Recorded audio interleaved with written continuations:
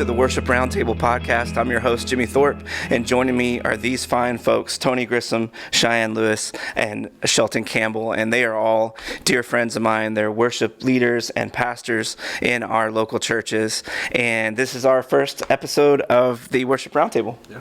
So glad to have you guys. And you may be asking, what is the Worship Roundtable all about? And the Worship Roundtable, kind of our mission statement is that we're a gathering of kingdom-minded worshipers, creatives and leaders, striving to worship Jesus in spirit and truth with love and excellence.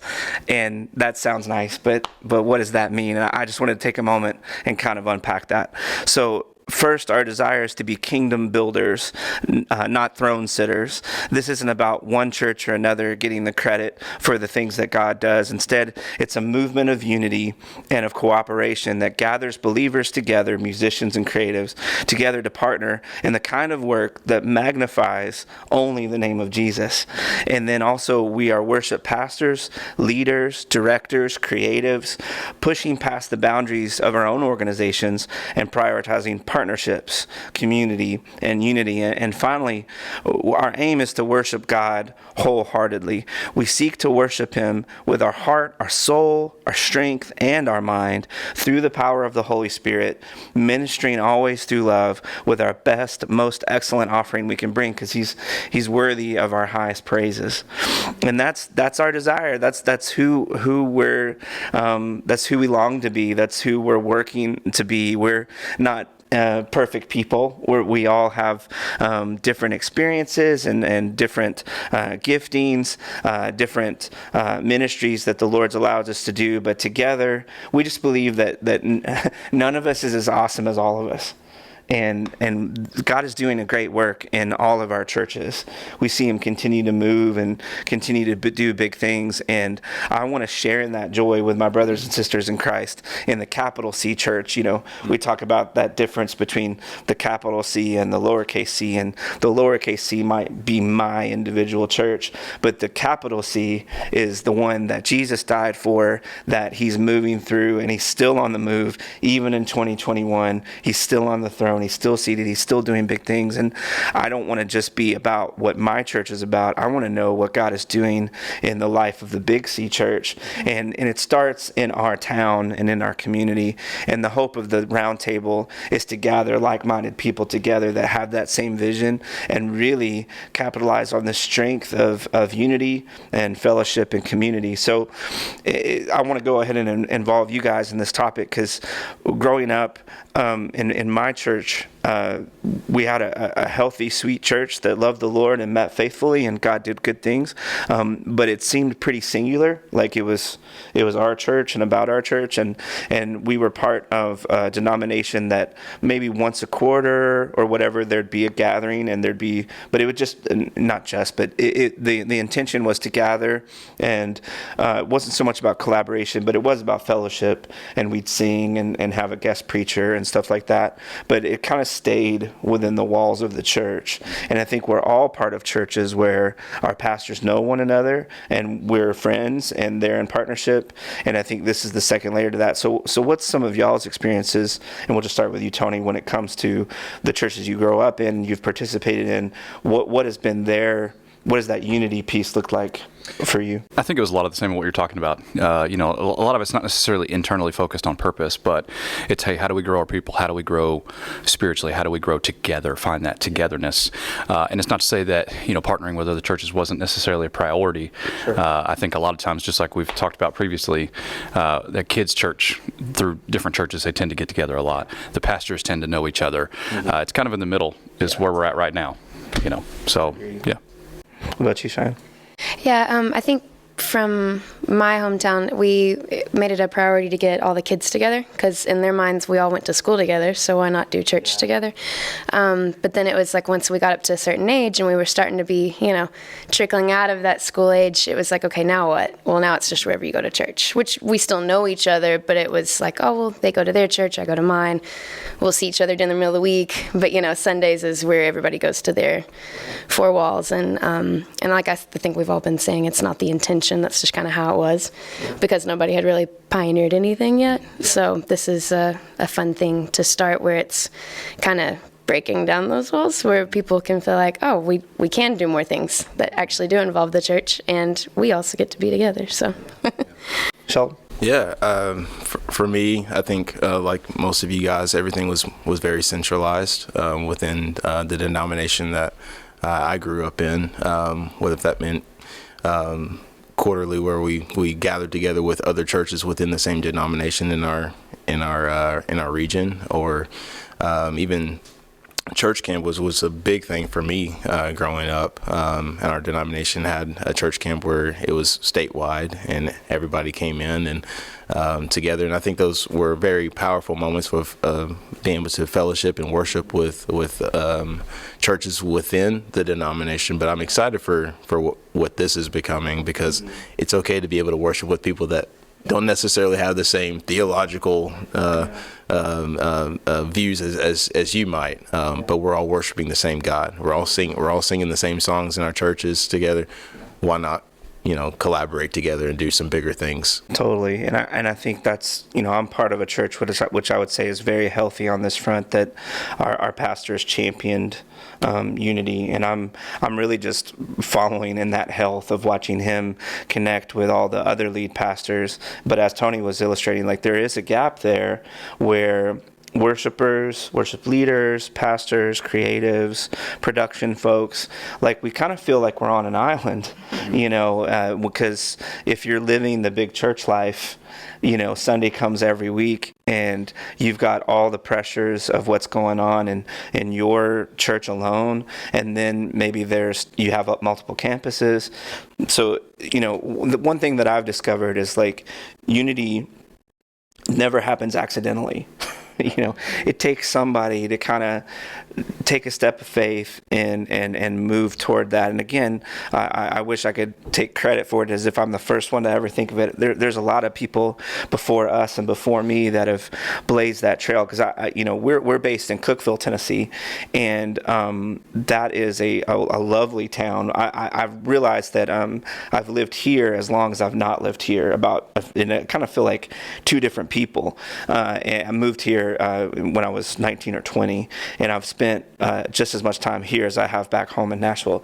And when I came here to Cookeville, it seemed like the climate for churches was everybody's kind of doing their own thing. Like, there wasn't animosity or negativity, but it didn't seem like there was a lot of partnership, and didn't seem like there was a lot of connection between churches, especially churches of different denominations. And then over the 20 years, man, I've seen God do incredible things, and I think we're riding the crest of that wave. We're kind of standing on the shoulders of the people that have stuck their neck out before us, but the gap Tony was referring to, I feel like in the creative arts, worship arts area is, and I'm just going to put it out there's a spirit of competition, it feels. And as we are building our teams, we talk about non-negotiables, and a big part of my non-negotiable is, like, I want you to love Jesus more than you love yourself. and I want you to love people more than you love yourself. And I want you to be great at music. And I feel like it's in that order, because the character piece, you can't fake, nor should you. And then you've got the musicianship that people bring, but you don't want to prioritize what they're bringing over the condition of their heart. And I feel like I can speak for our teams, and what I know of the people involved is that they sincerely want to bring Jesus their gift, and their intention is pure, and I think that there's a lot of health there, and there's a lot to be built on from that kind of attitude, and which is not, I think this is more an exception than a rule, because I also, over the 20 years, I've had the pleasure to tour and do the artist thing and have bands and songwriting and be in a lot of different spaces, and I don't think it's as common as we realize. I think we've got something pretty sweet in this town, and it's come from a lot of deliberate work to that end. And so as far as this idea, I was asking myself, what if I'm the bottleneck for unity in this worship space? Because I am very thankful to have relationships with all these different churches, and they with me, but I don't feel like the people that I knew one another.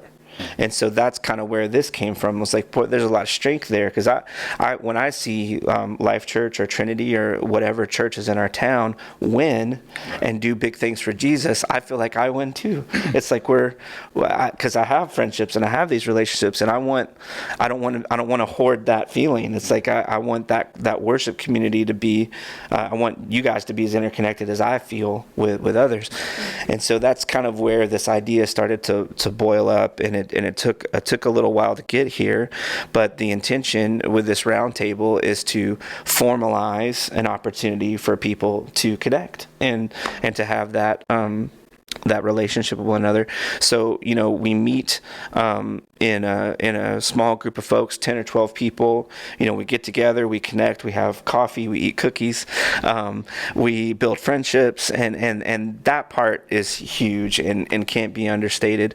We want to create spaces that people who share such a specific and amazing calling and skill set can organically build friendships, and that's more difficult than you'd think it would be. And the hope is that if you've walked into one of these roundtable meetings and you only know one person, that you'd walk away with partners that you can trust to point you towards Jesus and help equip you. And then, we start the round table, and as you can imagine, the significance of the round table, which is ironic that we've got this rectangular table, but it's all the same idea, is that, and there's not a literal table at the meeting. Maybe we should make one out of one tree. Absolutely. It'll be super easy to do. But we're all gathered together, and the significance of the round table is from the Arthurian legend. This idea that King Arthur might have been the king, but there's a moment where he put his crown down and sat at the table with all the leaders and said, okay, now let's set about to do the business of the kingdom. I never really thought about it till just now to phrase it like that, but that's exactly what this is. It's like there's kingdom business at hand, and I'm not the worship pastor at Life Church. That's your job. You do your thing. But when we get together, let's get the leaders together and let's do kingdom business. And so it's an ecumenical gathering, which is a $25 word for cross-denominational. We want to partner with people that are preaching a gospel message from the pulpit that believe in Jesus, and there's a wider net there than you might think. And so we come from different traditions: Assembly of God, Pentecostal, Baptist, all these things, and there's a lot of streams flowing through, but we're all preaching that Jesus is the Son of God. He's the only way to heaven, and that we find our hope in him, and we can worship him, and he's worthy. And so I guess to wrap this idea up is like we're gonna have differences, and I think that's really beautiful, because they call it an echo chamber, where you're around the same people, and you're in our own churches, how easy it is to quickly not be objective. And so the hope is that when I'm with Shelton and he's coming with his point of view and I'm coming with mine, that we're navigating toward the middle, which might look more like the heartbeat of Jesus versus what I'm coming up with or what he's coming up with singularly. And we're on the round table, we're basically discussing topics, and we will discuss typically like three main topics: spiritual matters, leadership matters, and technical matters. There's probably more, but those are the three biggies that everyone that's doing worship ministry in the way that we're doing it, those are the things that come up. Spiritual matters, how to lead yourself, how to preach to yourself, how to stay connected to the Lord and your heart and your faith. And then like leadership matters, how to lead a team, how to fire a volunteer, how to raise the bar of excellence. And then finally, like technical matters, like how do you run a sound check, and how do you because there's a lot of stuff we take for granted that we've learned over the years. But anyway, there's a lot that I think our intention would be on all these things, that we're coming up with churches that might not have experience in some of these areas, and we can say, hey, let me give you the fast track on ears and on live stream and on this and that. So then we close in prayer. We pray for each other, and we pray for each church by name and offer some of these church needs. And then it's just, dismissed to go. And what I thought was really healthy about our last meeting is like people just stuck around. Yeah. It's only supposed to be for an hour and a half or hour 15 minutes, but people stayed for about that much longer. And we were continuing to, ask about these questions. So I thought it'd be fun for our first podcast to kind of go through some of these topics. And this is all off the cuff. So grace for all of us. We're kind of working this out together. But I thought I might be the moderator and kind of slip some questions to you guys. And we'll just go through them. And I hope that it's a blessing to you as we kind of unpack some of the wisdom that we've learned over the years. So I turn it over to these guys. Whoever wants to jump in, how do you build community in your team? And what does that look like for you? I'd say for us, we make a point. I try to set the culture as we sincerely care about each other. Recently in leadership meetings, we started talking about if you ask somebody, how's your day? You sincerely care about the answer. Totally. And, if we're talking about building community in our teams and how it is that we approach that, really it's just sincerity. I genuinely care about what it is that you're doing in this moment. How can I help you? I talked to somebody this morning who had struggled a little bit recently with some instrumentation, and I just talked to him about it. Just say, hey man, I'm concerned about you. This is outside the normal for you. And I offered him a resource that's going to help him moving forward. And I think stuff like that goes a long way. It's one of those where we, even though there's a conflict situation there, that conflict created a clarity between us, and that helps build that community and that trust between us. Conflict creates clarity? Yes. Okay, I'll write that down. Yeah. Building community and teams. Any thoughts on that, you guys? Yeah, I think along with what Tony was saying, just being sincere, but also being very intentional as well. Especially with larger teams, it's hard to be involved in everybody's life through every moment of life, but in the moments that you have with them, it's incredibly important to be intentional, whether that's as simple as asking how they're doing or being of a resource to them to help them along with learning an instrumentation part or whatever. People desire that, whether we want to or not.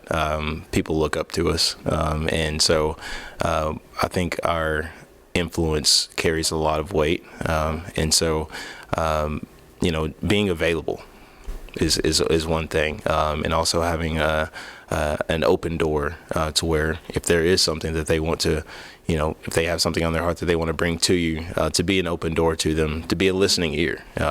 They may not always want an answer, but they want somebody to be able to pour their life into, and for you to just listen to them and help them along the way. So being intentional and being available is crucial, I believe, in building community.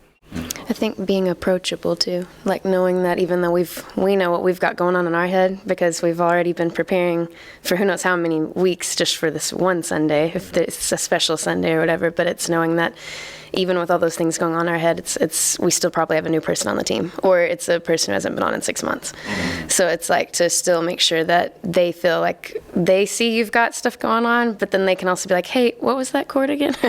And know that it won't just like set you off, because it's like totally, I can pause for a moment. Like, I still want, any person on the team to feel valuable, and that no question is like a silly question or whatever. It's like, I want you to ask me things because I want you to feel like, because you are important, and no matter how tiny the task or no matter how small like a fill is here or there in the song, and if they want to ask questions about it, I want them to feel important with that. I even think it's the tiny things too. Like, we've all got these phones in our pockets all the time, and when the dreaded, I didn't think I was going to bring this up with like COVID-19 and all that, but in that year where there was a lot of shutdown, a lot of being at home, and my job changed, all of our jobs changed drastically. It's like, well, if I'm not leading on a Sunday morning and we're filming live streams, 2 weeks every session, there's just these big gaps of time, and it's like, well, so I set about to, I made sure I had on Planning Center, wrote down, made all my team and then I'm going to text every person. I'm going to call every person and Zoom them. Right. If they let me. Right. And then, that ended up being a real win for me. It was like, I can't physically go over there. It was just, we were so shackled at every avenue, but I felt like that was a simple way. And I would send 10 people a text every morning and then just talk to them all day. It worked out pretty good, I think. Yeah. What was that intentionality behind it? It's they know that you genuinely care, and that goes a long way. People, volunteers especially, they want to be wanted, they want to be needed, and seen. Yeah. And I think, again, not to dive into the pandemic or anything, but it created this. We had to be creative. Yeah. And how do you keep the community with your team and whatnot? I'm sure everybody here experienced the same thing, but it forced us to be creative. Totally. So another topic we discussed in our last roundtable that I thought was good. We heard from Shelton some. It was how to lead people, not just leading songs. I'm very passionate about that. I was speaking to a young man yesterday, and he was asking me and he's super hungry, super talented, and I told him, I just spoke plainly. I was like, you're going to be as good as you want to be musically. You're just going to keep going after it. You don't need me to weigh in on at this point. You've done the hard work. But one thing I could put to you is like, when you're speaking on the platform, when you're leading the congregation, when you're offered the opportunity to pray, it's like and we talked for about 20 minutes on what does that look like, and the short of it was, it's like you have to, you can't take people where you've not gone, and so I was encouraging them to in his prayer time at home, and what does that look like when you're personally worshiping, and the importance of how can we, because we're essentially how do you hear from the Holy Spirit in real time? Because you don't get a second chance. It's not, let me try that again on this prayer, because phrase that. Because there's some prayers that I'll pray if I'm not intentional, and I'm like, I think I'm just saying things. I confess that openly, and I'll catch myself, and I'm like, what am I even anyway, Lord, you're awesome. I'll just try to back out. But if I'm on my game, I don't mind to take a moment and take a pause and think and Lord, what would you have me say? And I had a friend tell me years ago, it's like, if you can't not say it, say it. Mm-hmm. If it's just bubbling in your spirit and you're like, man, I've got to say this, then it's probably for everyone else. But then as I was telling this young man, it's like, you need to divine the difference between what God's doing in you personally and what's for everyone. Right. And my joke, and it was a joke, but I was like, you could come up there and be like, I know we're all really depressed and it's all really sad out there, guys. And but the truth is not everyone is feeling the way you're feeling. And so it's more like the correction would be like, hey, I don't know where you're coming from this morning. Maybe you're in the valley, maybe you're on the mountain, but God is on the throne. Boom. And it's like, this is for everybody, no matter where you're at, kind of thing. But I'd love to hear from Shelton too, because you were sharing some thoughts on this the other day. Yeah. Leading your congregation, taking them along with you, bringing them along with you in the experience in that moment. As you were kind of talking, differentiating what God is speaking to you personally and what God is speaking to the church. I think there can be some overlap there, but you also, when you're leading, it's not all about you, right? It's very little about you, probably. It's not about you at all, and it's about what God is wanting to reveal in that moment, and I believe that as we worship, we have to always be reminded of that. The one thing that I hated, and this is more of a technical thing, is when they would put a spotlight just on me. I would be in the center of the platform, and they put a spotlight on me. I hated that. I know it's for theatrical, whatever, setting the vibe or whatever, but I always hated that. I was like, I don't want this ever to just be about Shelton, and even if it was me just leading the solo part of the song, get the spotlight off. Did they put a fan behind you and a guy with billows with that? Yeah. It's like, I don't want all that attention, because I do always want it to be collective and corporate, and so. I believe that as we worship, to always be of encouragement to the congregation. I don't believe that it's very easy for people to almost become spectators when they come into a worship setting. You go to a concert and you're always spectating. Worship is not a concert. And so I believe that as we worship, that we should always think about there may be a person that doesn't have the same be on the same spiritual level as we are, and so encouraging them in a way to see Jesus in a different light than they've ever seen him before, and so encouraging people to be vulnerable, open themselves up in a way that they can meet with Jesus, and I believe that's what worship is all about. Is that intentional and very private as well meeting with Jesus. If I could piggyback off what you just said, I feel like that key word is vulnerability / transparency. I think if we expect the congregation to engage, we have to give them permission by our body language and our focus. We were joking earlier about kind of being distracted and being focused and then you yourself being vulnerable, and we all find different ways to do that. But I think giving people permission is really key these days, because we've got people coming in these doors that have not darkened the doors of the church in ages, and the church is a lot different than it used to be growing up. And so they're like, do I stand? Do I sit? Do I clap? Do I raise my hands? What do I do? And so there's these times where it's like a house meeting. It's like, hey, just want to let you know, if we raise hands, and I'll often say, what is it if we were in a gunfight and I raise my hands, what does that mean? I surrender. I was like, well, this is it. If you're in worship and you raise your hands, I'm saying I'm surrendered to you, God, and just unpacking, some of those things.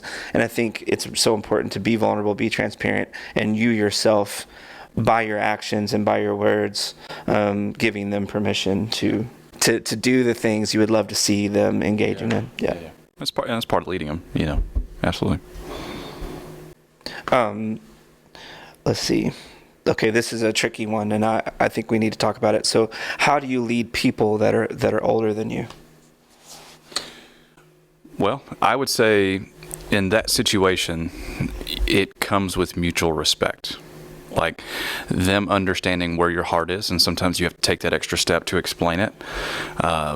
And some of it is, the precedent that's set before you, the leaders that have put you into this position. How's that respect given from them to instill respect before you get there? And it's not about control; it's about mutual respect. If you walk in to a worship service, and when I came in the first time, there was nothing weird, surprisingly. It was actually very, very easy. But had I run into the issue, it was more just like, hey, this is where I'm coming from. This is the goal we're trying to hit. It's less about, I guess in that situation, it's less about personal conflict, and it's more about let's understand why we're here and what our roles are. And sometimes it's hard for someone who's older than you, or to feel that, because they feel like they've done it for so long. And it's true, they have a lot of knowledge that they can bring to the team, and it's important to emphasize that. Like, your experience is amazing. This is the goal we're trying to go for. This is the direction that we're going to, and your experience is going to help a ton with that. And I feel like if there's an issue with in the moment things like, hey, can we do this versus this, and then there's a conflict, it's not just a respect thing. It is a respect thing, but it's also a different issue at that point. It's, I'm dealing with this on a personal level, like, hey, let's talk after this rehearsal or whatever this is, whatever you're preparing for, and you talk to that person individually. Yeah. So I think it just has to do with managing the expectations, them understanding that there needs to be a mutual respect. It's not, I'm your boss. It's not that. It's, we're doing this together. We're both trying to hit this goal. And how do we get there? Well, remind me, Cheyenne, were you 23 or 4 when you started leading at the river?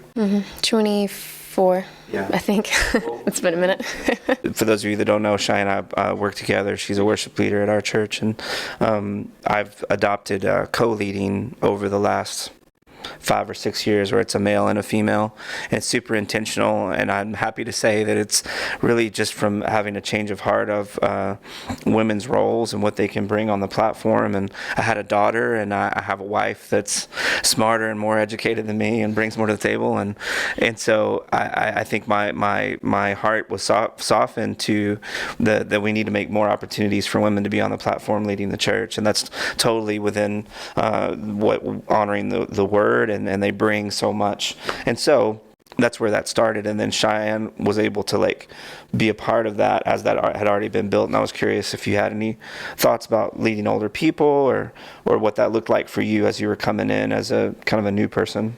Yeah, it was intimidating at first, just because, I knew a lot of people from the college scene, but then not so much as like the home church body, I guess, in a sense. So like coming in, I'd get like the jokes like, oh, you're new around here. You'll get with the program later. And I'm like, okay, but I am trying. I did want to try to be comfortable with everybody, but also know that, I've came from a couple different experiences too, that some were great and some were rough, but it made how I lead more like how I guess we've all been saying intentional, because I've been on the other side of the good and the bad, and I want to make sure that I try as hard as I can to eliminate the bad, even though it's still going to happen and we can't always help it. But especially with going from a team of like 7 to 70, that was drastic. That was big. So my main focus was, especially with the wide age gap, or just for new people in general. It's like, I remember what I felt like on my first day, and it was like, okay, go, you're leading, let's go, have fun, don't mess up, and you're like, I got this, what's ears, what are these things, what am I doing now, and trying to navigate all that. So I remember how that day felt, but I also remember how like welcoming everybody was. They're like, you got this. And I'm like, I totally screwed up. And they're like, but you did it. You survived, So I remember how I felt being like, it's okay. Because I felt like everybody was going to catch me. And even though it was terrifying, I still felt, knowing no one really other than just a couple people, it's like I felt like people were behind me. It's okay, And I really And that totally appreciated was that. happening behind the scenes. Yes. They were so excited that Cheyenne's an amazing singer, an amazing person, but we were just so grateful to have you on the team. And I think when you're out of the room, it's just amazing. I was like, I wish you guys would talk to each other the way you are when you're separate, but they were just going on, and we're just all excited to have you. And she's been on the team for 3 or 4 years now. 4 now, yeah, I think. Crazy. Well, anyway, Sheldon, COVID makes me feel like I've lost a year, so I never really. It's a gap Yeah. year. You went traveling to Europe.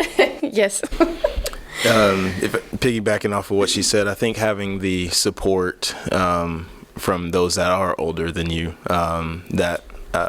riding on that wave was a big part of my success, I believe, as well. I started about the same age at Trinity, about 22, 23 years old, which, new kid on the block, and then And in your context, it was leading the entire team, and it was like you're the guy. Yeah. And that actually started when I was doing the interim. I was still a part of worship at Chi Alpha, which is a campus ministry there at Tech, but also leading an adult team at Trinity at the same time. That was a little bit intimidating, but I was so grateful for having people in my corner that were either twice or even 3 times my age that were serving on the team, that invited me into their home and encouraged me and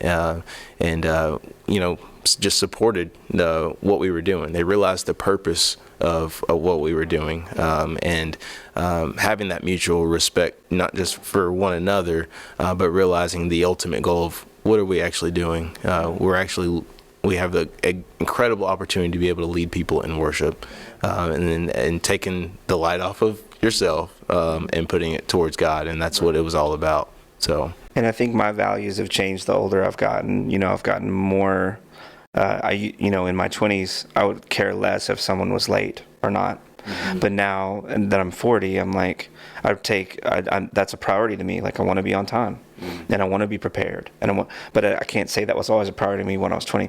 And I think learning that, and then also wanting and demanding is the wrong word, but insisting that from our team. I can't think of the right word, a nicer word than demanding, but like that's the bar, is like we want you to come on time and be prepared and be professional and as they say, be a good hang, just be someone you want to be around and be encouraging. And I think because I came to the river at 27, and that was how I learned, was like I'm gonna really need to prioritize being on time more than above than my 40-year-old counterpart. I'm going to really have to like be early and extra hardworking, extra. And the words of Paul, he says to Timothy, he was like, let no man despise you because you're young. But he calls him to like a super high character. And I think that's what we or not me anymore, but as young people need to hear, like, hey, let's work on your heart. Let's work on your character. Let's work on all the things that you can bring irrespective of talent. Yeah. Those are the things that you need to triple down on. And because you've got the opportunity because you're excellent. Like, let's work on your heart. Yeah. Let's work on your diligence and so forth. So as we're going to start wrapping up, I have just a couple more questions. Let's look at, this is a good one. So how do you correct, challenge people, give constructive criticism? What does that look like? Because, I'll just leave it at that. How do you give constructive criticism? Constructive criticism. It's everyone's favorite thing to do. Yeah, it's what I live for every day. I think being comfortable enough to address issues is something we should always strive to do. Be comfortable enough to do that, but being honest about it as well. Not all the time does everybody get it right. Not all the time does everyone play the right note or sing the right part.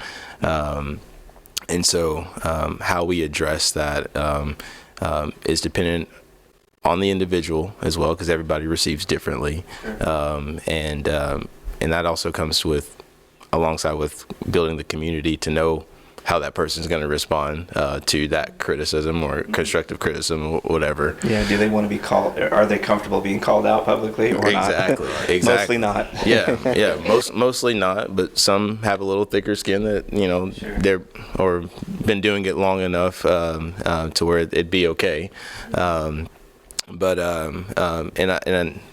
Doing that in such a way that conveys the message of, okay, this is something maybe we need to work on, or let's try doing something different. I think maybe you even alluded to when we met, Tony, is almost putting it on yourself. Maybe it's something that maybe I did wrong, that maybe let's try to doing that together. I'm not sure I know the chords. I'm not sure if I know the chords for this Hillsong song that didn't work changes for the me bridge very chords long. for you. They were like, this guy is probably lying to me. You try different things. 5 out of 10 recommend. Maybe don't do Would not eat here again. Yes. But ultimately, we're all striving for excellence, right? In everything that we're doing, whether that be how we're exhorting or even how we're playing our instrument or singing a part. I think always reminding everyone that, hey, even though we may not always get it right, we're striving for excellence, and so helping them along with that. I think as a leader too, one thing is like it can be easy to not be in the moment and just be listening the whole time, because it's finding that happy balance of like, okay, should I be listening the whole time? Did everybody get that right? Nope, we came in late again, or so-and-so missed their cue, or be too far in the moment that we are oblivious to the train wreck behind us, that's going on. So like, I think one thing that I know I try to do is I'm like, if I hear certain things in my head, I'm like, oh, they missed that. Okay. Oh, but they got it on the next one. So then I'm glad I didn't say anything yet, because I knew like they've got it. I'm gonna give them this more space. Yeah. I'm gonna trust them that they were prepared. They must have just a little in the moment thing. They've got this. And then it's like, okay, after the second, I'm like, hey, we good? Did you hear it? Is this at the ears? Just to try to not feel like I'm being overly picky, but also just completely ignoring and somebody may be actually wanting help, and that's why they're doing intentional. So they're like, help me, as they're playing. But They're sending out a signal. they're like, I will do this to get your attention. Now help. Slapping their face on that. I think most people probably know when they've not done well. Now if they don't, there's a whole separate issue. But now, and I'd said something about somebody I'd spoken to this morning about an issue from last night, and it was outside of the norm for him. And I just asked him, I said, hey, what'd you think about last night? And he was like, it wasn't great. Yeah. He's like, y'all did a great job. It was not great for me. And so that set it up for me to be easier. But like, yeah, you're right, man. I was worried because this is legitimately outside of your norm, And so it's almost like, and I've found a lot of success with that. Hey, what did you think about that? Yeah. Like in the recording atmosphere, and I mean, all of us have experience with that. Most of the time, you'd be like, what'd you think? If you're the engineer, they're like, I want to do another take. And it's because they know. Now, again, granted, if they don't know, then it's a whole separate issue. It's usually phrased like, you want to get another shot at that? Yeah, that was perfect. Yeah, let's do it again. Yeah. Yeah. Hey, guys, that was want to sing that perfect, again. but let's clean it up a lot. Yeah. Let's do exactly that, but way better and nothing like what you just did. But they seem to find that they know, and it's easier to approach it that way. I'm ashamed to admit, when I started leading teams, I knew how to lead bands. Like, we're out on the road, it's your buddies. So you're already like got in a fist fight in the van on the way. So it's a different way of talking to, men and women, and then also like the age range. And some people are like pro musicians and some people are hobby musicians and everything in between. So what I used to do, I'm ashamed to admit, is like, there's that old SNL skit where he's like, I can't get my computer to connect to the network. He's like, move. Yeah. And he would, but some of us are cursed with being multi-instrumentalists. And so I remember like the guy was just it was like a Coldplay beat on the drums. And I'm like, yeah, okay, let me just show you. Yeah. And like, move and let me show you. And he's like, cool, Jimmy, thanks. And then like the keyboard would be wrong. I'm like, well, it's actually like this. And I thought I was really helping, but it was coming off so bad. I was like the computer guy. And so I observed a friend, my friend Patrick. He is like Mr. Enthusiasm. And that's how he gives correction, or it did back in the day when he was leading teams. Let's say the drummer is doing it wrong. He would find the thing that they're doing right and say, like, man, I'm loving how the bridge is going, but wouldn't it be awesome if... And he would say that. And so I've totally stolen that and adopted that. And so now when I do correction, I'm like, hey, all these things were great. Wouldn't it be awesome if we all played the right chords on the bridge? But like, no, I phrase it in a way. It's like, I know that you're like riffing and stuff, but I would just love to hear the kick and the bass lock in instead of like, because you're killing it on those runs. Right. But I think what would be really cool is if the kick and the bass was, just locked in and we were just, and I'll make funny faces and embarrass myself, but all in the intention of like, let's get excited about what this correction could be, because it's going to take us to that next place. And it's not like, you're terrible, move, Right. And you can use the word let's a lot, I think, too. Like, hey, let's tighten up on that bridge right there. Let's run back through that, and it's not, the blame isn't on one person. I think you. Yeah.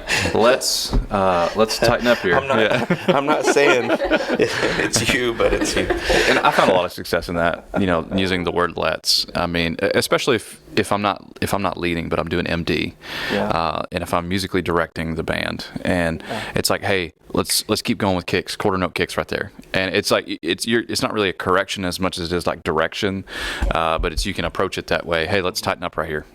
Sure. Well, let's land the plane on this question, because I think it's about time to wrap this up.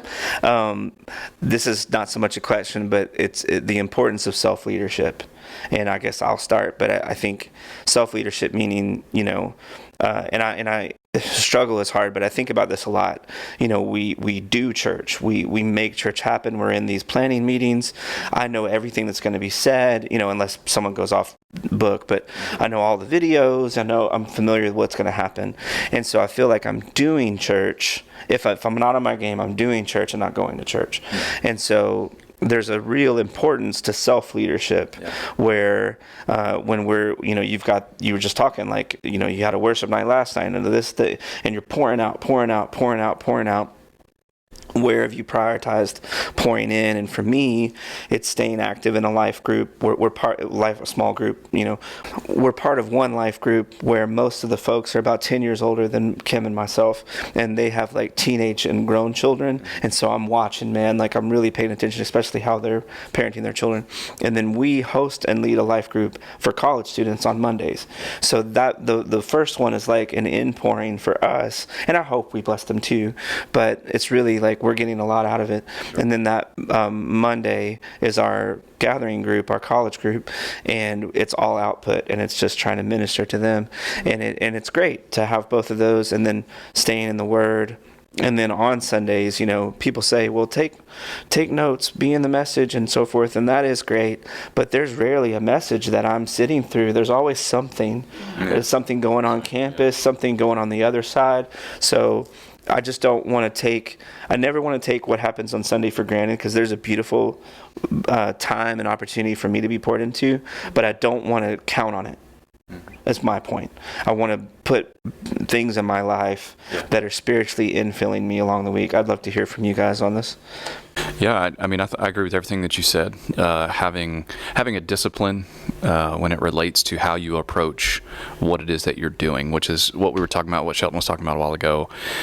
For us, I recently did a vision meeting for one of our campuses, and it was just basically setting the structure of how you approach your leadership, no matter what position you serve in, whether you're talking into a microphone or you're playing keys and you're not talking into a microphone or whatever it is.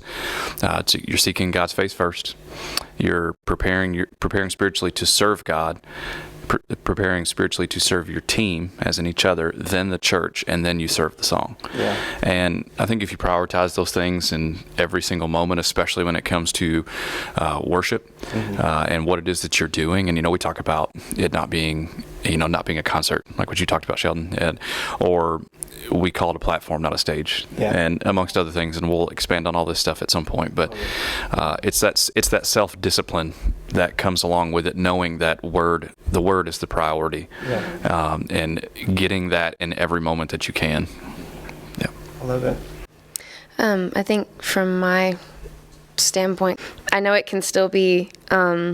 Sundays are busy, and even if I am focused, and I am sitting, I find one sermon to sit in, I'm still thinking about, okay, are we doing the invitational?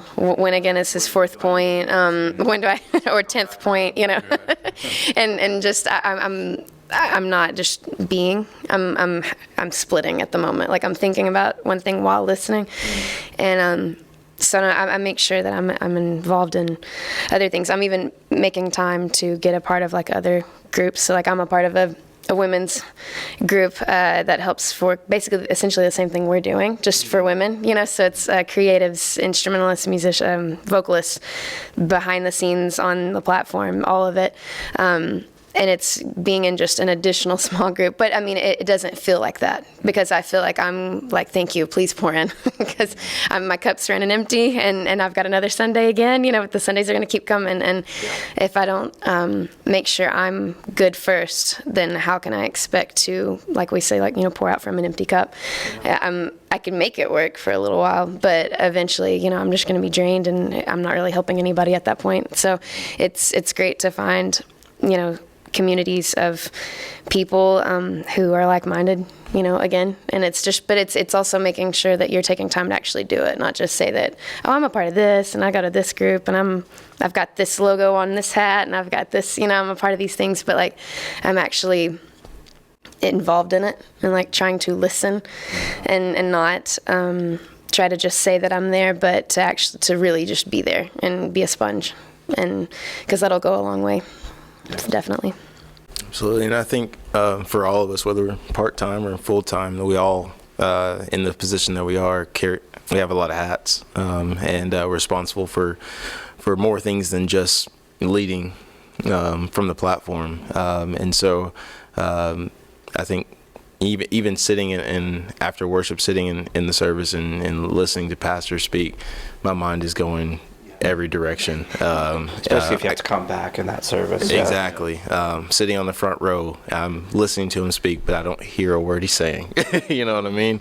Just because there's so much going on, there's being responsible for making sure that, cameras are hitting what they need to hit, or making sure that, everybody's tight and locked in the band, and preparing for the next song at the end of the service. So many things are happening. So it's almost, I have to intentionally listen to the sermon on my own time, play it back, so that I'm truly capturing what's being said in the service. And so, but it's all about personal relationship, and I believe that's where worship begins. So we referenced the song even before the podcast began, I'm coming back to the heart of worship when the music is stripped away, and I simply just come, and just making sure that we are intentional about spending that time with Jesus ahead of time is crucial, because like Will said, we can't lead our team to a place that we've never been before, and so having that relationship, that intimate relationship with Jesus, is crucial to your development as a worship leader. You have to have it. You can't be successful and not have it. And so always striving to set aside time, however long length of time that may be, making sure that you do it is vitally important. So Amen. Well, I'm so thankful for you all. Thanks for jumping in on this, and I'm honored that we get to do this together. Thanks for Life Church in Cookeville for hosting this podcast, and thanks to Thomas and Alex and Ethan back there making us look and sound good, or as best they can do. And for those of you that are joining us, I'm Jimmy Thorpe. I'm your host, and from all of us at the Roundtable, may the Lord bless you, keep you, and give you peace. We'll see you next time.